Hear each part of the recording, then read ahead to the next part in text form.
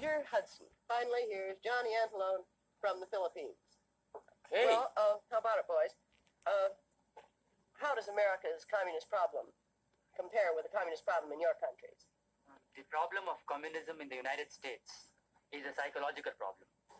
Well, I would say that the communist problem in America is much more difficult than our own problem. Right. Because in the Philippines, the communists act in the open, while here in America, they remain hidden. I think that's absolutely right. Johnny, I thought you said that the problem of communism in the United States was more difficult. How would you, suggest a remedy for that? Well, I will not sit you like a prophet and tell you what to do about your own problem. I do not pretend to know all the solutions against communism. Okay. Although I will say that one of the best ways to combat communism is to take a militant stand against it.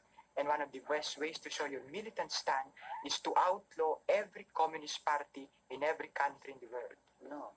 But against the communists, which is defeating your very purpose. It is highly undemocratic, I think, to outlaw the communists. Because that is the essence of democracy, to have difference and to give the opportunity for expression. I know, but there should also be such a thing as limiting freedom. There is a distinction between freedom and license. A rattlesnake is dangerous.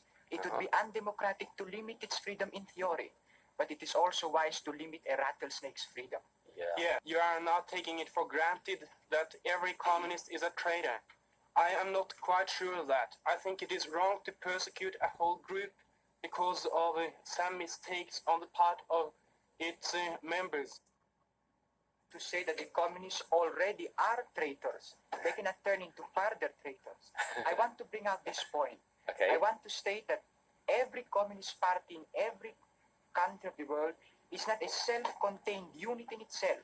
It is a branch of a world conspiracy with headquarters in Moscow. Right. And the best way to cut off the body is by cutting off its arms. But there's one thing, you can prosecute a certain person only the moment he becomes subversive to law and order, but not till then. Till then it is his right to express himself, at least in a democracy, if it claims to be a democracy. The minute a man joins a society with the avowed purpose of killing you and cutting your throat, he becomes a traitor to that society. He puts himself outside the pale and protection of the society because he totally rejects it. But only after he makes an explicit statement of his purpose. And does he not make an explicit statement by joining it, by signing up for it, by giving an oath that he's going to turn against this government? Peter's been trying to get a word Isn't in that here. explicit enough? I don't think so. You can't punish a man until he's committed a crime. At least in Britain you can't. You can't punish him for the thought. I'm not punishing him for the thought. I'm just saying that he's joined an association of murderers. For instance, here is a group of 10 men. They've drawn up a plan to cut your throat. Then one man of the 10 actually goes out and cuts your throat. Does it stand to reason that the other 9 should be irresponsible or should be free from the blame? I don't accept your premise That's that they're true. out to cut our throats. And what else do you think that they're supposed to do? When they want to overthrow our society, overthrow our government, institute their own regime, institute their own reign of terror? What else do you want? There are more ways of cutting a throat than simply throwing a knife across it. Well, but those people who plan to do this are individual persons. You cannot persecute the group as a whole because these individual persons are criminals. I kind of get the point. Investigation should be carried on in secret. By the way, if I may put in a word about Gunnar saying that you should not prosecute the Communist Party because the individuals carry it out, I do say that even if the individuals are the ones who commit the crime, they do so upon the orders of the party and according to the plans of the party. Remember that a party is composed of individuals. Whatever the individuals do, the party is guilty of. The party is not an abstract idea. Whatever its members commit, then that is what it is guilty of. Yes. And then your second point, Gunnar, about saying that investigation of communists should not be left to politicians, I agree with that. And I want to add something more. I want to say that it should never be the function of the legislature of any country to inspect or to ferret out communists. It should be left to the executive branch. And then the executive branch should gather the evidence, while the judicial branch should find out how to evaluate this evidence and then prosecute the man as he should be prosecuted. But a man should never be put in a position where his innocence or guilt is in the shadows. He should never be placed in a position where, whether judged guilty or innocent, he's still condemned in the eyes of society. Correct. A man should be tried only by the courts, because only the courts have the power to say whether a man is definitely guilty or definitely innocent. consent. Any other way would be judgment by anticipation. No job, feasibility and morality. But returning to your point of conducting the investigation in secret, I think that is entirely undemocratic. He didn't mean a secret trial, Ram, I'm sure. Precisely. He meant, Ram, the secret gathering of evidence. But Okay. the actual trial of the men, the actual presentation of the evidence will be brought before the public. Yes, See? Absolutely correct. Personally, I think outlawing the Communist Party is lazy. It just stresses the incompetence of a country to deal with it. But I want to get on to Ram about this British imperialism.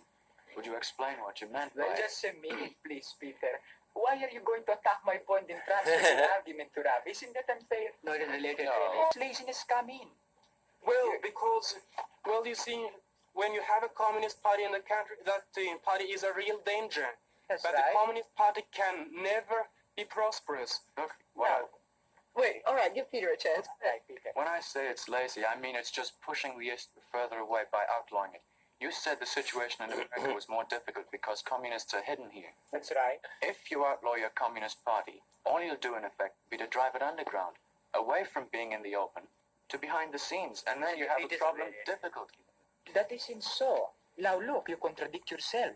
If it is really so that it would drive them underground, instead of being lazy about it, why not let them stay in the open? Because that way we could catch them easier, according to your reasoning. Yes. However, you said that by outlawing them, that would drive them underground, and therefore would make it harder to catch them. That's why I mean. It's not?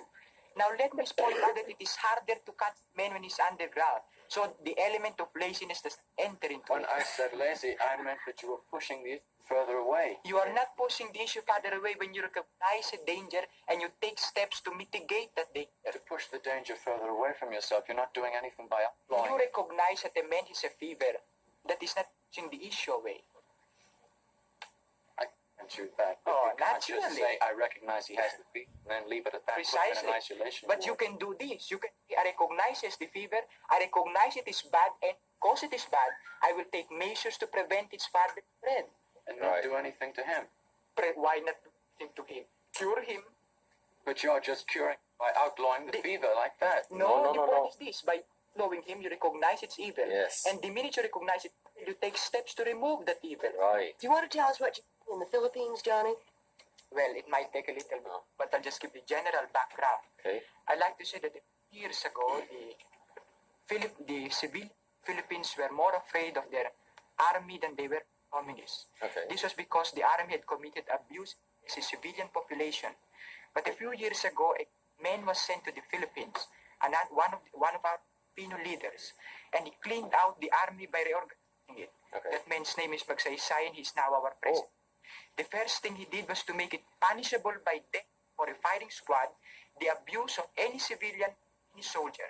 After a few Talaga? court-martials and a few executions before the firing squad, discipline was restored.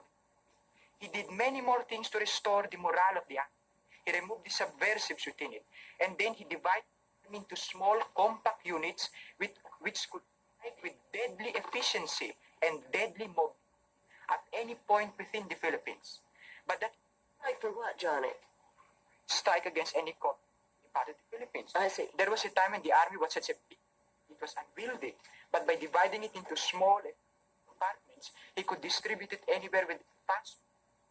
But you didn't tell us that there were guerrilla communists all over the Philippines, and that was the reason why he had to do this with the army. Yes, that Now is tell right, us how he please. dealt with the guerrillas. Now, the point is this. It is not enough to kill a communist. As much as possible, it would be better to bring a communist alive and change him to your ways of Yeah. thinking. So what Magsaysay did was this. He put in a program of land reform, which in simple terms was this. He said, for every communist without a criminal record, there is a piece of land for himself and for his family. Therefore, if that person has no criminal record, he can come down and become a capitalist. That is why I'm fond of saying that one of the best ways of treating a communist is to make him a capitalist. Yeah. Yes, but if you have made the communists in your country into capitalists, why should you be so afraid of the communist propaganda? I think you must realize that the dangerous communists, the intellectuals, will remain communists anyway. They are not influenced by the communist propaganda, All and right. they will go underground. But All right. the reason for outlawing the Communist Party, I think, must be to prevent communist propaganda. And I can see that communist propaganda would be dangerous in a prosperous country where people are satisfied. Precisely. Johnny, But you see, Wait, let Ram have a turn. the point is that the methods that were adopted in your country would not quite work in our country. Because the Alright. basic assumption was that poverty and illiteracy produce communism. But as we find it work, it doesn't seem to be working that way. Because in India, while you do have a great deal of poverty and of illiteracy, you do not have communism rampant in those sections. Paradoxically enough, communism is most rampant among the educated people and among the rich people and among the minority. And of course, that represents a very great potential danger. And the reason is to be found. I mean, why is it so? It is not what normally expects. Yes. And therefore, a different type of solution has to be found. And perhaps your solution, which you adopted in the Philippines, may not work because the circumstances are quite all different. right,